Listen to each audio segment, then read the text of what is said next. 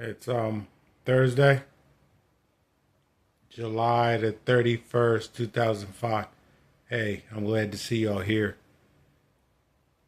Really glad to see y'all here. I appreciate y'all being here for real. No, that this video has to do with, do you really know somebody? Like, it's not just to say you know a person's face or you know their name to really know that you know somebody. Did you see the movie? You saw Training Day, right? Training Day. You know that's a West Coast movie. I'm an East Coast cat, like Juice. East Coast movie. Paid in Full. East Coast movie. New Jack City. East Coast movie. Boys in the Hood. West Coast movie. Menace to Society. West Coast movie. Baby Boy. West Coast movie. Training Day is a West Coast movie. There's a different feel for these movies when East Coast, West Coast.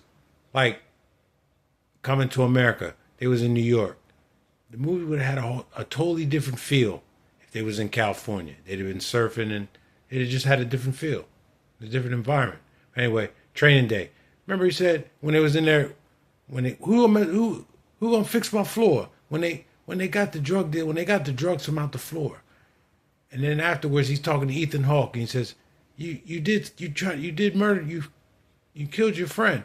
He ain't my friend, what? Because he knows my last name? Exactly. You know what I mean? People I went to school with, I knew their first and their last name. But I didn't know them. To know somebody, first of all, you got to know is their date of birth. Not their birthday, their date of birth. You have to, in order to know that, like when I was a teacher, I used to tell my kids, do y'all know your parents' date of birth? They was like, no. I was like, you should find that out. You should know that. And they didn't see the importance of it.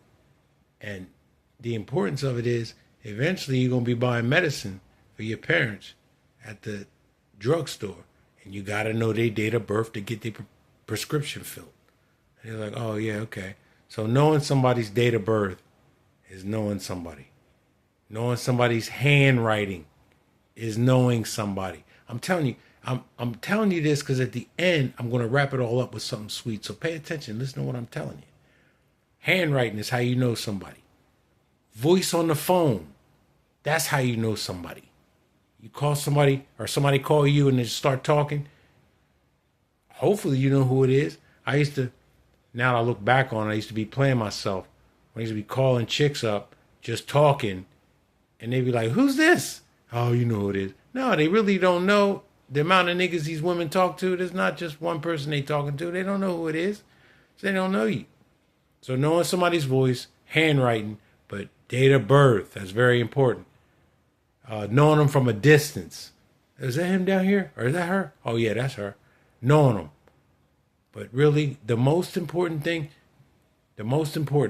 I saved this for last, I'm telling you, to really know somebody is to know how they're going to behave in any given situation. That's why, I'll get to it, I'm telling you. To know how somebody's going to act in any given situation is really knowing somebody, on top of the other things too. But really, if you don't know how somebody's going to behave, you don't know them. That's why it's important, especially the men out here listening. It's important to be able to control your emotions, control them, be stoic. Get up on Stoic philosophy. Guys like Marcus Aurelius and guys like Epictetus. I'm telling you, they got stuff that's going to help you get through half the stuff that some of these content creators that are trying to enlighten you, they get it from them. So I'm telling you, Stoic philosophy, because when you're stoic and you control your emotions and nobody knows how you're going to act, it actually puts fear in people because they don't know how to act around you because they don't know how you're going to react to their actions. They don't know. It scares people. I'm telling you, does it make sense if you don't know somebody, if you don't know how they're going to act, you don't know them. You don't know them. The key is you really don't want people to know you. You want to be stoic. You want to make sure you don't have anybody that can make you angry, sad, every emotion that's out there.